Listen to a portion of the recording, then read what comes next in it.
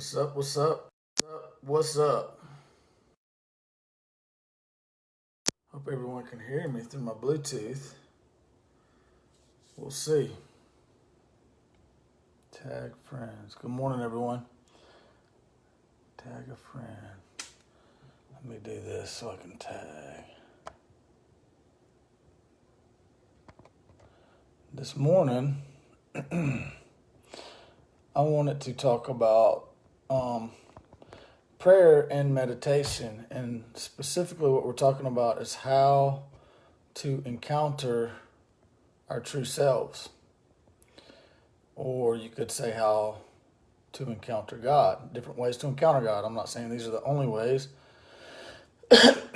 These are just some ways that I have learned, and I'm still learning ways and encountering in different ways. We basically can encounter God all day, every day, because we are. And when we walk in that understanding, it says over there, till we all come to the knowledge of God, or till we all know God. And to know God, to know yourself, is to know God. So what we're talking about is different ways to encounter your true self. Not the one you have thought yourself to be, not the one you were taught you were, not the one you were told you were, not the one the world, the image of the world, and has showed you that you were, not the one you were programmed to be, not the one the church told you were, none of that. The destiny, purpose, the perfect image of God that you are. The exactness, the unique expression that you are, you specifically. So how do we find out who that is if we've been told something totally different? You know what I'm saying? And what we've been going over is different ways that I have found and experienced that we can do this. So it always does that. So good morning, Emmanuel. Good morning, brother. I hope to see you soon, man. Robert, good morning. Let's see who all is on here. Pat, good morning. Mom, good morning, or Dad, or both of you, good morning. Probably Mom. I love you, and I'll see you in a couple days. Good morning, Pat. Good morning, Tracy. Amanda, good morning. Good morning. I'm just going to wave at a few people, and then we'll get cranking. Tender Anna Hart, good morning. Let's start this day off right, you know what I'm saying? And I'm going to share you, good morning. I loved your video this morning. So what I'm doing is basically breaking down this advanced technology that we are. Some people don't like the word technology. This advanced being that we are. How about that? Being Christ, Christ being, conscious life energy, the one and only anointing of the one and only being as me and as you. So we're all one. This is true. It's one nation. Humanity is one nation. One nation. There's not many nations. It's one nation, one family, one spirit, one Lord, one Father, one love, one faith.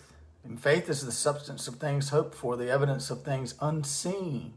And faith is this word hypostasis, and in the Greek, in the Bible over there in Hebrews, is hypostasis. It means faith. Faith is this substance that underlies, that stands behind, that holds together all things seen.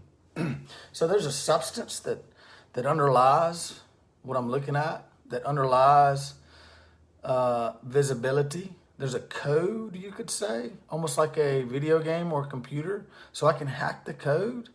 So how does faith operate? How does the kingdom operate? How does this Christ operate? How does this kingdom that we're in operate? Well, I would say off our heart's sound. Off of, some people say, the electromagnetic signal, or the electromagnetic aura, you could say, or your frequency and vibration. So what I'm talking about here, I'm breaking down in very simple ways some practices that can help us set the vibe, set the tone, keep the vibration that's going to serve all of humanity's greatest good. How to keep and how to stay, how to set the tone all day, every day. And specifically what I'm going to talk about today is prayer and meditation, because I see them as the same. Everything I've been talking about is all linked. And it's all the same. We've talked about contemplation. We've talked about somewhat fantastic imagination and how to set the vibration or the tone for the day, to gratitude using your fantastic imagination first thing in the morning. I wake up early. I'm not saying you have to do that, but I do. I enjoy getting up, because here's the thing. In the past, and I can deal with extreme anger. I'm talking about rage, man. I can straight up go off on somebody. I used to communicate that way. And when you get angry in that way, it's okay. Let me start off by saying that. If you feel anxious, or you feel fearful, or you feel depressed, or you feel angry, or you feel irritable, or you feel frustrated, or you feel sadness, or you feel, these are all feelings. These are all feelings. But if you trace the feeling back, where did it start? Where did the feeling start? Did it start with a thought? Did the thought start with an idea? Was the idea true? Where are these feelings coming from? And then when anger is triggered or things like that, these emotions or these memories are triggered. Where'd the button come from? Did you come pre-wired with buttons? Memories? Because a memory would be something that has already happened, right? Once we think a thought, it becomes a memory. Wouldn't you say? So thoughts fire, they're electric. We'll get into some science a little bit here, but I want to keep it real simple on what I'm talking about. So thoughts fire, they're electric. They're light. And they move. And your body starts to create, when we have conceived a thought, when we have embraced a thought, the body, and it fires and it moves, and that's what you would call energy in motion. So some people say thought is electric and emotions are magnetic, therefore we are electromagnetic. I mean, you could break that way down. But the body produces chemicals. And the emotion, the energy in motion produces vibration. And see, this is what we feel. So your feelings are indicators. Your body is operating correctly. You're doing great. There's nothing at all wrong with you, at all. If you're feeling certain emotions, I don't even want to go back to, where they came from. Some people say trace them, and you can do that. That's a great technique and a great practice.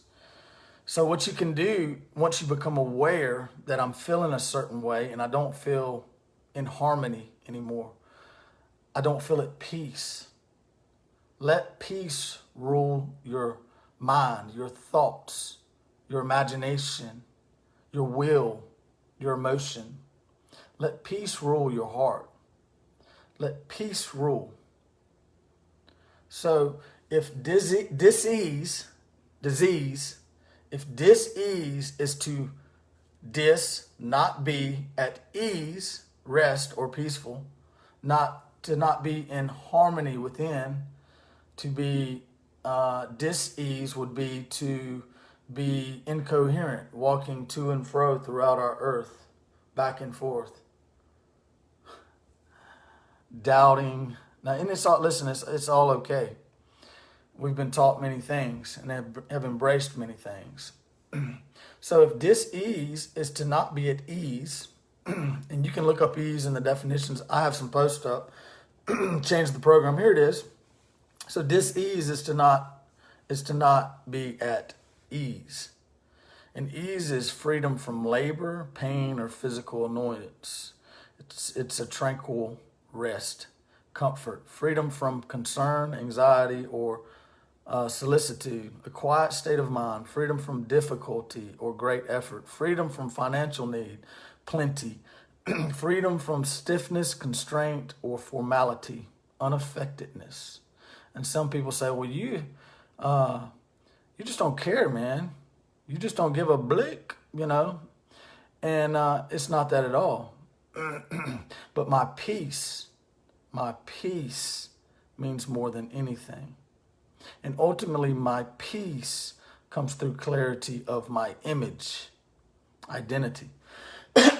It's to know who I am.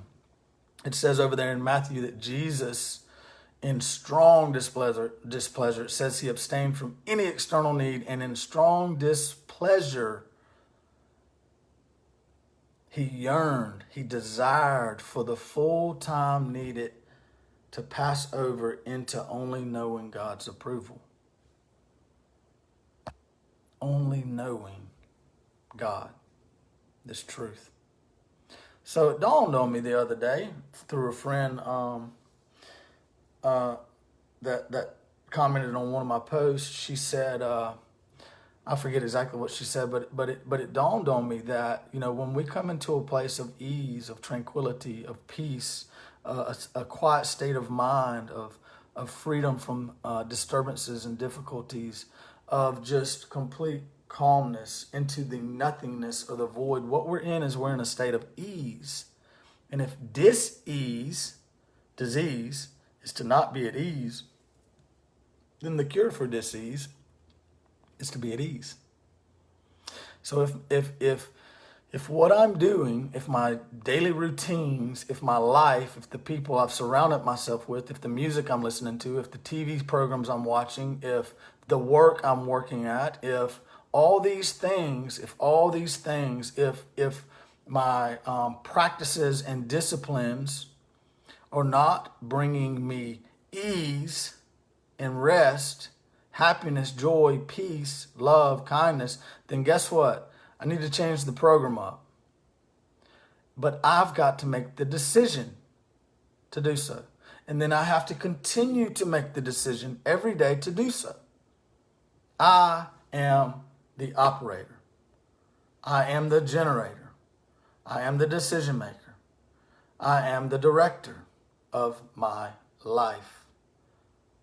Now I'm talking about the true I am. Some people say yield it to the will of God. Okay, yes. But if something is not serving my greatest good, then it's not serving humanity's greatest good, then I need to change up the program. And one way we can change the program up is to change up the routine. If I'm sleeping till 10, 11 o'clock every day, get my ass up at 7 o'clock. Change it up. If I feel out of shape and I feel tired and I feel if I'm, man, I'm not liking the condition I'm in, change it up. Start going for a 10-minute walk every day. Get up early. Listen to the birds chirping. Feel the breeze. Feel the grass under your feet. Get connected to the earth. Change up the routine. I put a post up called Change Up the Program. Go check it out. Also put up a post this morning called, I believe it was called Spontaneous Meditation. Anyway, that's what I want to talk about this morning. So, if the cure for dis-ease is ease, and if dis-ease is killing us, stress, fear, discontent, irritability, anger. Man, you ever get angry? You know how tired you feel after you get, I'm talking about angry. I can get angry. I can knock holes through the wall anger. I mean, I've been there. I'm not there today, but I can go there if I allow it. And it's not fun. I don't feel good afterwards. There'll be hours, sometimes days, where I just feel, the adrenaline and the emotion of that and what goes on there, man. I just went into fight, And now I've been that way most of my life. I played sports because it was an outlet for that rage I had. And I would completely knock people's heads off in football and rugby. I mean, I was that guy. And it was an outlet. And when I wasn't playing sports, I had a tendency to go off and fight.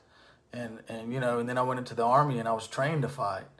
And then it got worse, you know. And when I got out, I was dealing with extreme rage and anger. Either I was like this, calm, balanced, coherent, in harmony. You know, I woke up this morning and first thing that came out of my mouth, my mind was, thank you, Father. Life.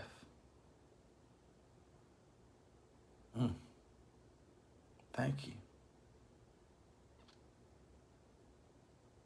What do I have to give today? Send me to those in need. Speak through me, Holy Spirit. Love through me. Let me exude love and gratitude. Let me exude kindness. Help me in these ways. I pray like that, man. I really do. Now, I will go into imagination. I'll play my day out.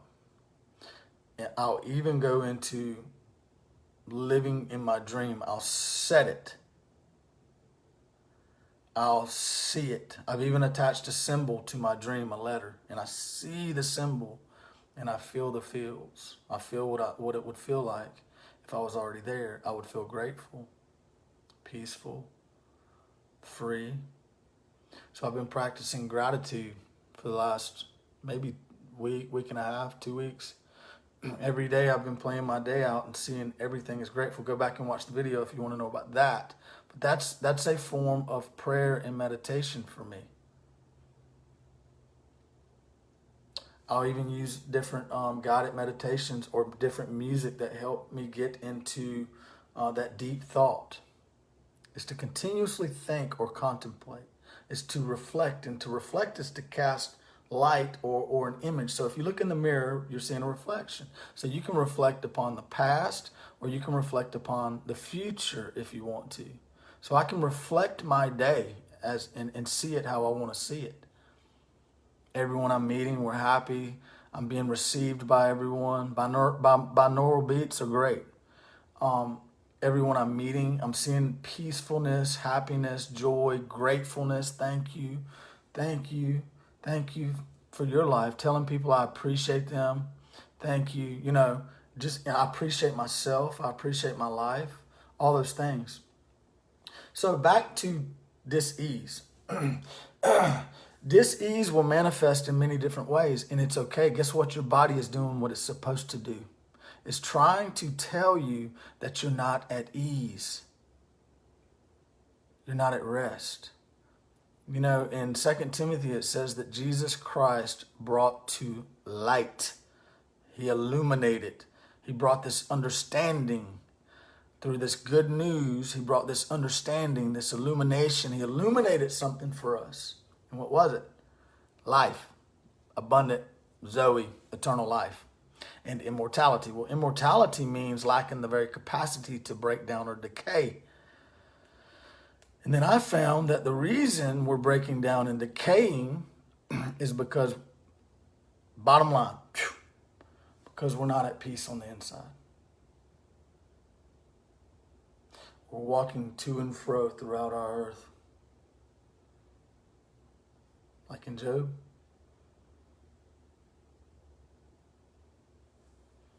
So if the two make peace in one house, what happens? You tell the mountain to move and it moves. Who are the two? I'll let you dig into those. So if we're breaking down and decaying because we're not at peace, we're not coherent on the inside, we're not paying attention to our feelings. We're just continuing in the mess we're in, although we don't feel good. We're just continuing and continuing and continuing, and the programs are just running us around crazy. So what I found out is our atoms actually are constantly seeking stability. And when they don't have stability, they break down into smaller forms of life where they find their stability, peace, Let the peace of God rule your heart, mind, thoughts, will, emotion. And guess who is the author? Guess who's the generator? Guess who has the power to think and to choose and to believe? Guess who has the power to use their imagination? Guess who has the power to create their own reality? Guess who has the power to change the routine?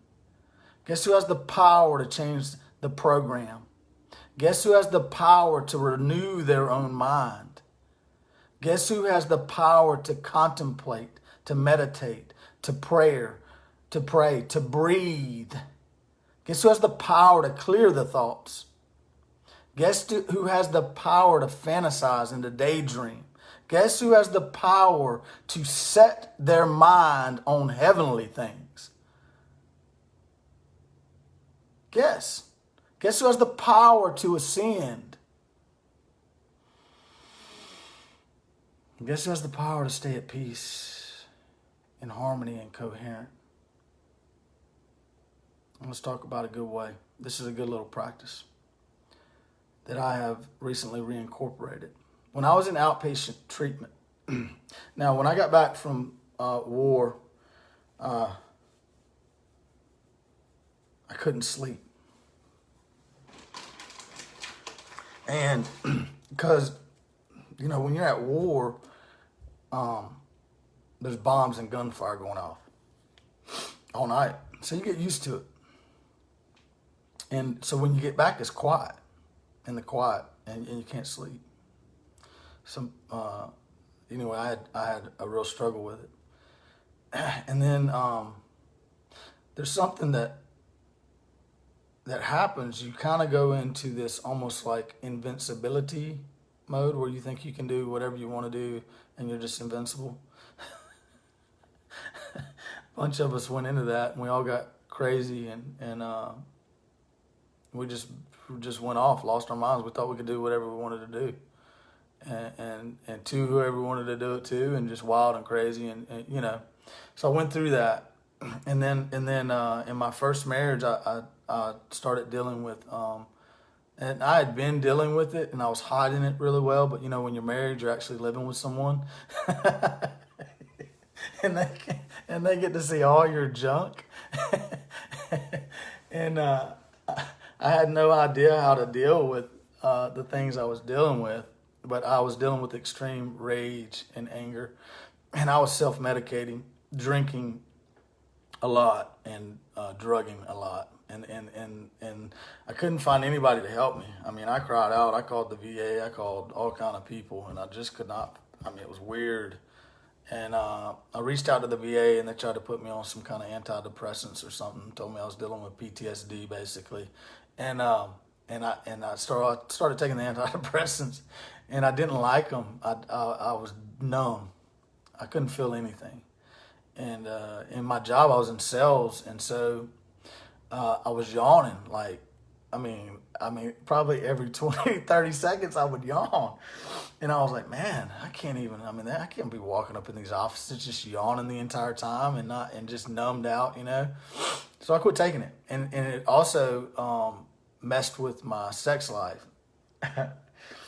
It gave me some kind of crazy, you know, I'm not going to get too deep into that, but it did.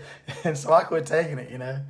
And I was like, I'd rather be raging every now and then and be able to feel life than to be numbed out, you know. And what I'm telling you today, if you're dealing with anger and rage, if you're dealing with anxiety, if you're dealing with these things, your body is operating the way it should. There's nothing wrong with you. These are indicators. And what I'm going to give you is a good tool. Now, you got to make the decision to use these tools that I've been laying out there. Now, make the decision.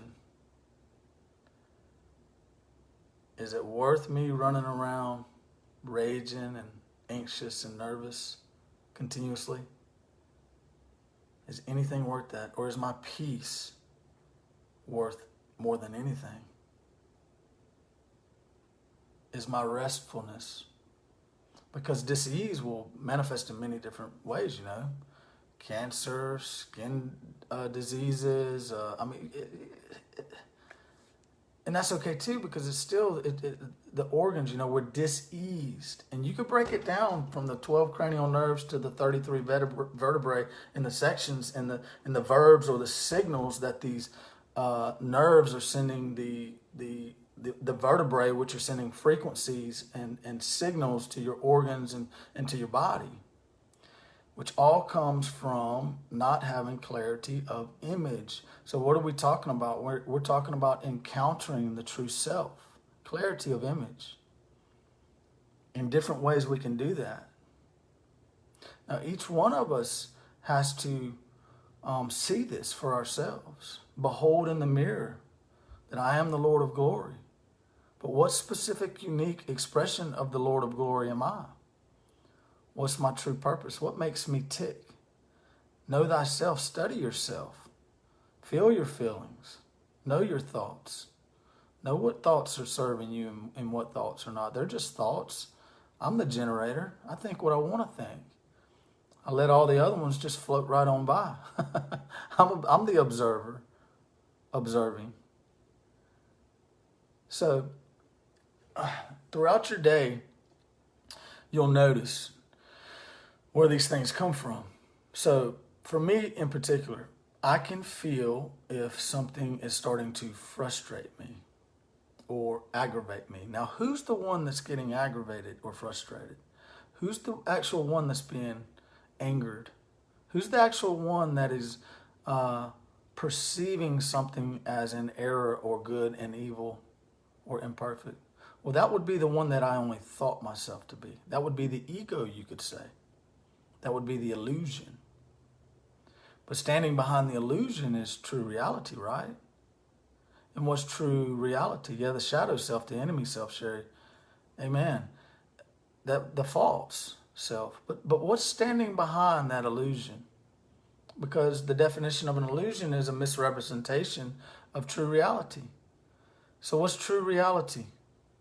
Christ. And what's Christ? People say Jesus. Yeah, Jesus, the Christ. But you're also the Christ. Jesus had a unique purpose. He was a unique expression of, you could say, of the Father. He had a unique purpose. And he had to find that purpose. So there's many clues hidden in the Word and the Scriptures and the divine writings and the inspirational writings and the ancient writings. You can find yourself and know that you are every character, and every character is within you. And the clues are hidden in the adversity, the problems, the patterns. The adversary is your wisest teacher.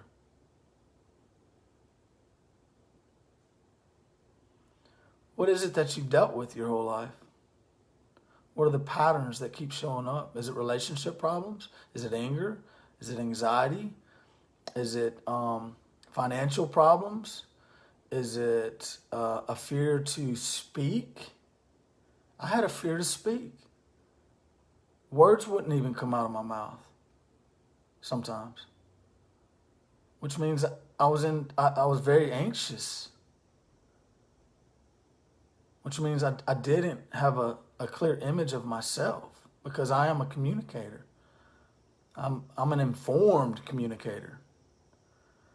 I have the ability to break systems down into simple processes and then to verbally express that and communicate and lead and make decisions.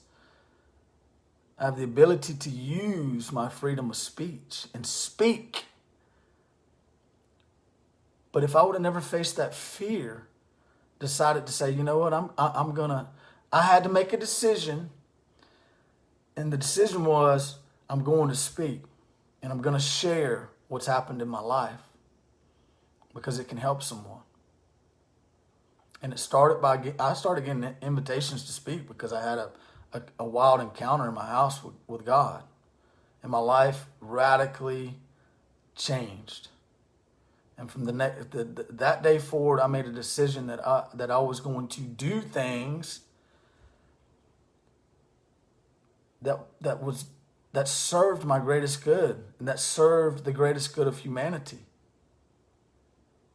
And so I had to make the decision to say, okay, I will speak. I could get the invite all day long, but if I turned them down, I would never get up there and use my God-given gift, one of my purposes that I'm here, that ultimately the purpose. I had to decide to do it. And then I had to get up there and do it, no matter how scared I was. And you know what I told? I learned self-talk through this, because my palms would be sweaty. I'd be shaking profusely, and the only thing I could say, I read it in the Bible. I can do all things through Christ who strengthens me. I can do all things. Christ strengthens me. Is my strength.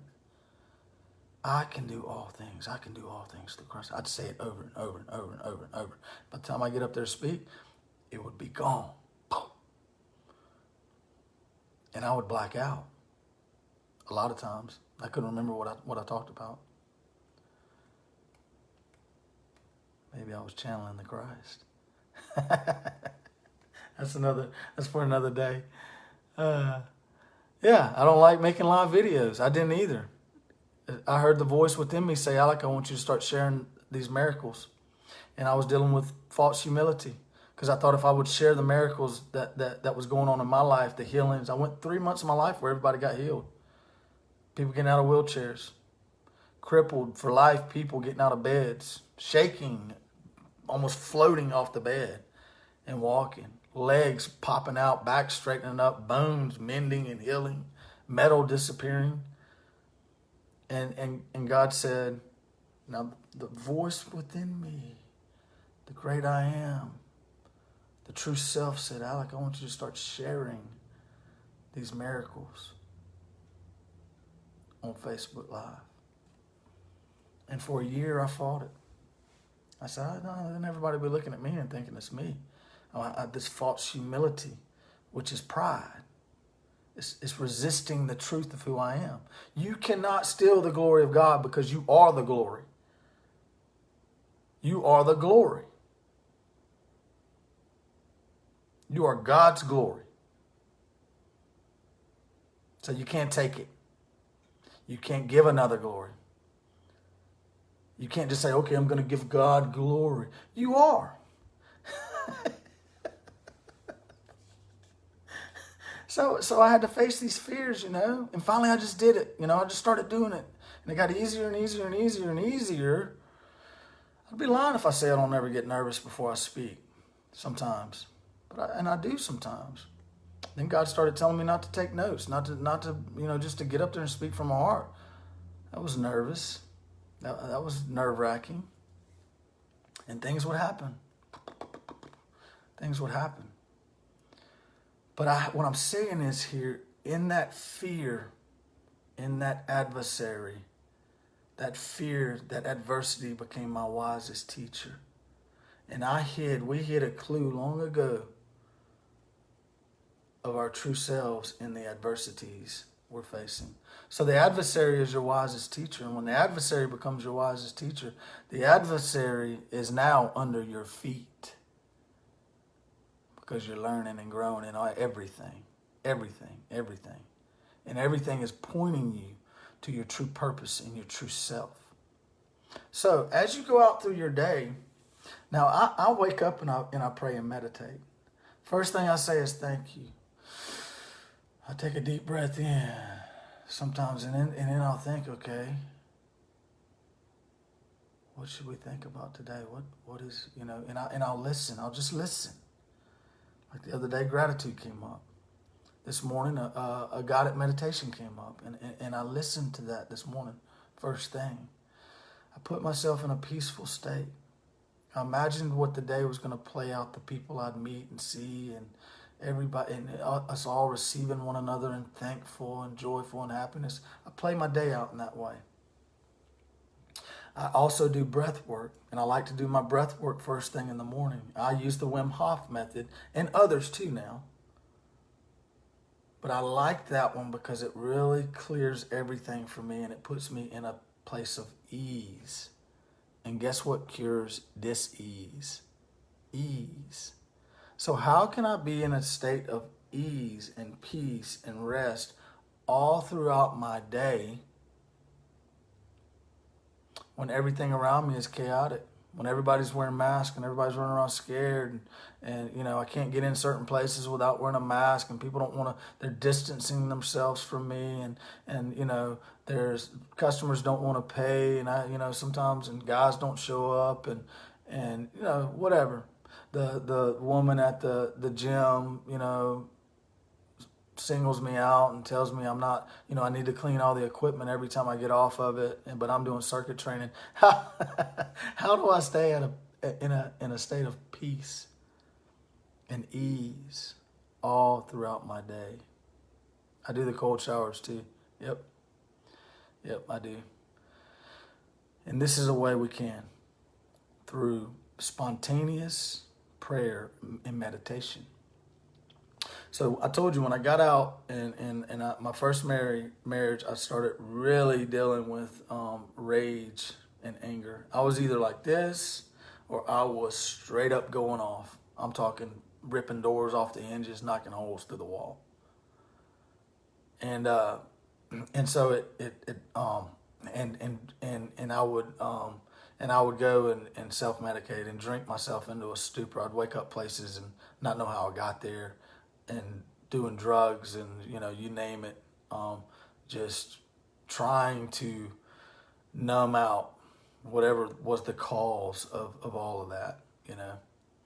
And because ultimately I didn't love myself. And that's a hard, that was a hard pill for me to swallow. And I'm 44 now, and I'm just learning how to love myself exactly as I am. I have to look in the mirror sometimes, some days, most days, and say, I love and approve of you exactly as you are. You deserve the best. Affirmations. We'll talk about those two later. So all throughout my day, I'm aware.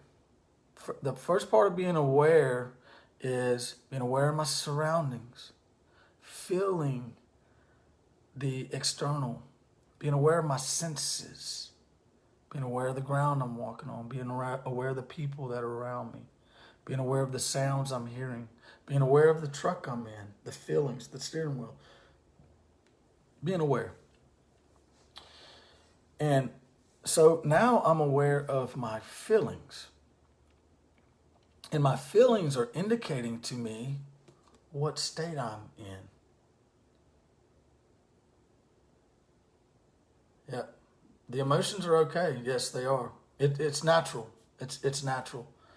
But who we naturally are is one thing. What I'm talking about this morning is peace, peaceful, at ease, at rest. One who stays in a state of peace and rest, ease. One who does not allow their emotions to run rampant. One who captures their thoughts. One who has become and is and realizes they are the generator of thought, the operator of this technology, the director of their life and their reality. One who has taken responsibility and has made the decision and knows now and is not blaming others and blaming everything external, and now has said, you know what? I'm deciding to make the change. I'm deciding to do something different. I'm deciding to change the routine up. So as I go throughout my day, and I may feel anxiousness. You can feel it. It rises up from the lowest parts of your earth, your body. You'll feel the anger rising up. You'll feel it rising up. If you're, be aware. You'll feel it. know that first that came from a thought, a perception. I have perceived something in such a way where it triggered a memory that an emotion was attached to. And now I'm feeling the feeling of that emotion. That ultimately came from the thought. That ultimately came from the way I perceived something. So remove the log from your own eye. Clean your lens. See everything as it truly is, and this will not happen. But as we are going through the day and we're judging and weighing and measuring and seeing good and evil and all those things, and seeing people as separate and things as separate from God, judging. As we go through this, we'll feel certain feelings. Well, these are indicators. The feeling is showing me that I'm not at ease. And guess what? My ease, my peace means more than anything, because if I'm not at ease, I'm diseased.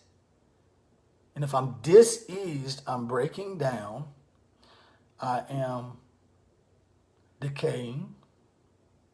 I am dying. And that's okay. Now listen, don't beat yourself up and don't try too hard. But as you become aware of these, know that your body is naturally doing what it's supposed to do.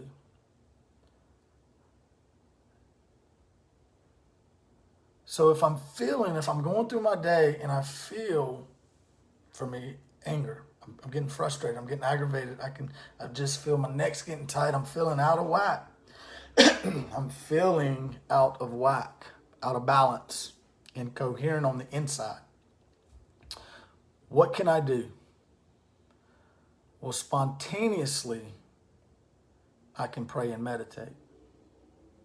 And now at first, this is going to feel maybe mechanical for some, maybe like it's not natural.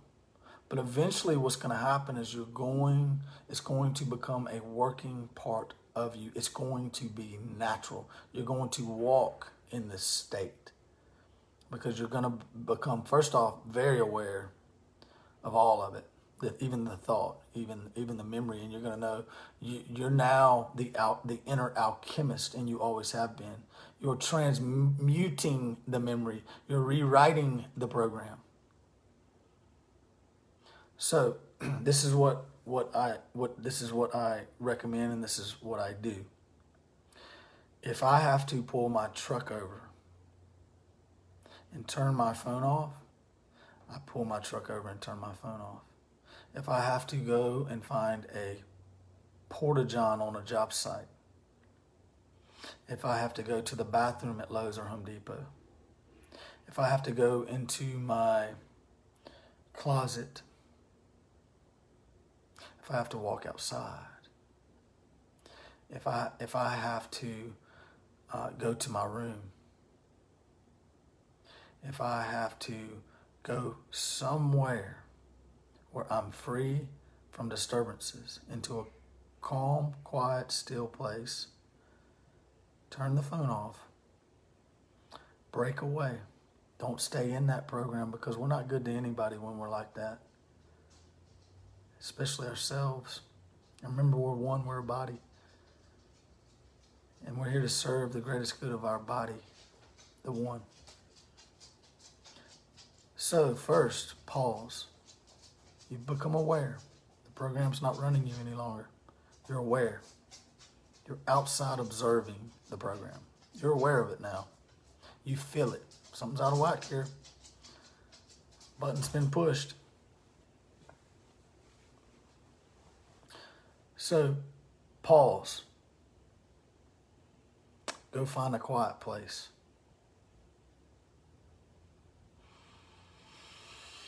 Relax. This is a way you can relax your body. Relax your forehead. Relax your eyebrows. Relax your eyes and your sockets. Relax your nose. Relax your cheeks. Relax your lips. Relax your chin. Relax your jaw. Relax your tongue. Melt yourself into the chair you're in, the seat you're in, the bathroom, the toilet stool you're on, whatever. And when you relax your head, guess what happens? The body follows. Now, when you're here, this doesn't have to take long. I mean, it's a few minutes, 5 minutes, whatever. So you've paused, you went to find a quiet place, you're bringing yourself into a state of relaxation by relaxing first your head, your face, all that, and your body follows. Now, slow your, realignment. We're coming back to center. And in the center, in the garden of my heart, everything is well. I'm in the present moment. I'm coming back to the present moment. And so, slow your breathing down.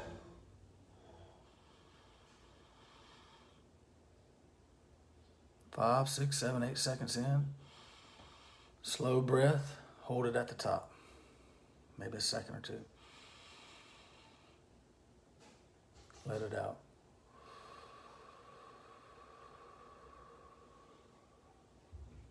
5, 6, 7, 8 seconds out.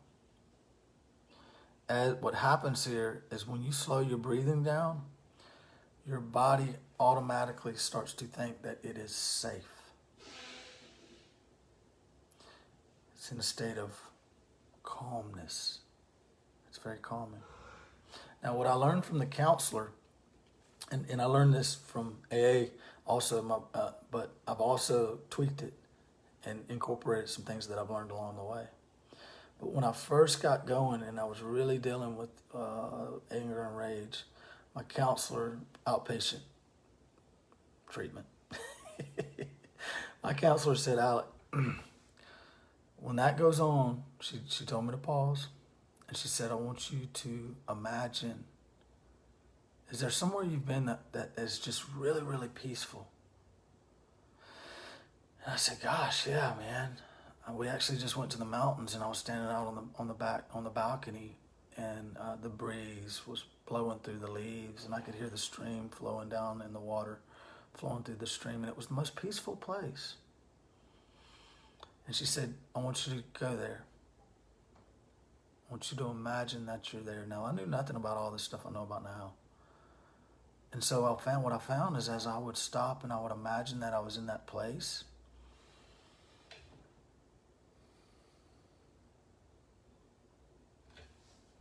I feel peaceful again. Now, what I was told in AA, if you got to do this 1,000 times a day, do it 1,000 times a day. Because it is, I was told that self-centered fear, anger, all those things was deadly for me. So ultimately, my ease means more than anything. To be in a state of ease. And everything we've been talking about is helping us here. So when you encounter ease and peace, you've just encountered your true self. Your true character and nature is peace. You are a peacemaker. You are peace. You are naturally peaceful, restful, easy, flowing. So now we've slowed our breathing down. We're imagining, for me, I'm in the mountains. The wind's blowing through the trees. I can hear the leaves. I can hear the wind. I can feel the wind. I can see the fall leaves. I can hear the stream. I can see it. I can hear it. I can feel it.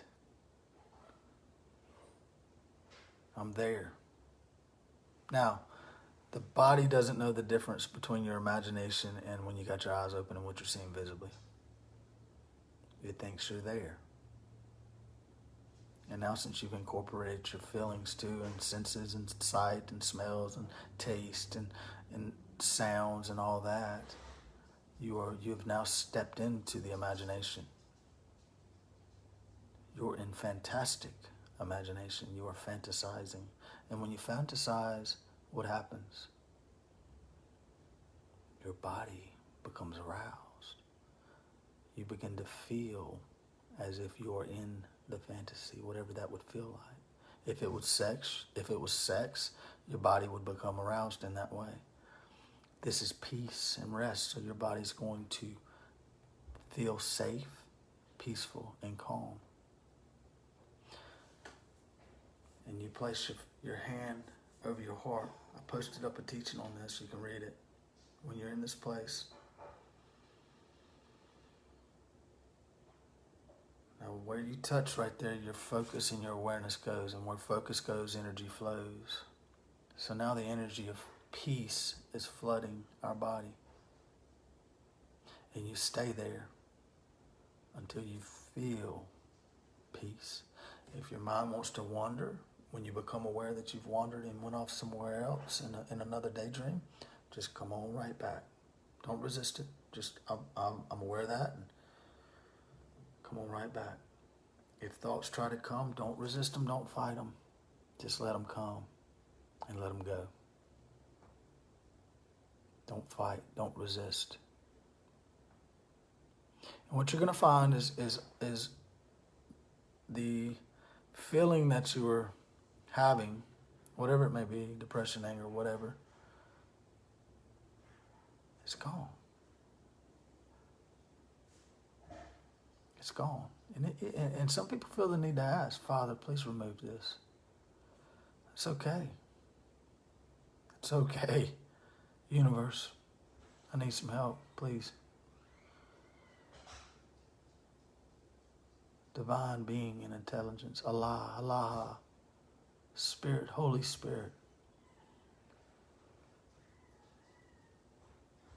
It's okay. And what you'll find, that's what I used to do at first, and it would leave every time. But it's not leaving, because it's energy. What's happening is you're transmuting the memories, the programming. You are transmuting the trauma. You're transmuting the data. You're transmuting the energy that's giving you the feeling. You're rewriting the program. You're renewing the mind. You're healing the body. If dis-ease is to not be at ease, and dis-ease manifests in all types of physical ailments, then the way to heal dis-ease is to put yourself in a state of ease.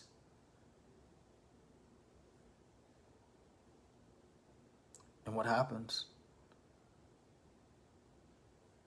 You start to have to stop less and less. You don't get aggravated as much. You don't get angry. The anger goes away.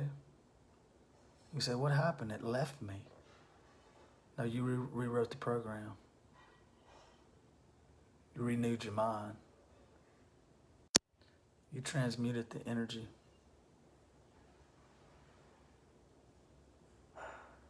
So as you go out through your day and you feel certain things, be aware. Know that nothing's wrong with you, first off. Your body's doing what it's supposed to do. But know that you can change that feeling how you want to. You can bring yourself into a state of ease. And what I just explained does not take long. In a few minutes, you will feel peace. And let the peace of God rule your heart. Follow the peace. If you're sensing something that's like, go the other way. Your peace, you can't hardly put a value on peace. You cannot. It's worth more than anything. Our peace. Be at ease. Walk away if you have to. Remove yourself from the environment you're in the situation, if you have to. Ease. And this is one way. There's many others. So I hope that helped today. I hope you put it into practice. Believe me, if you have to do it 1,000 times a day, do it 1,000 times a day. Because 1,000 today will be 900 tomorrow. Will be 500 in a week. Will be 100 in 2 weeks. We'll be 50 in a month. We'll be 10 in a month and a half. And then just a month or two, we'll be next to none. Love you all. Peace. Have a great day.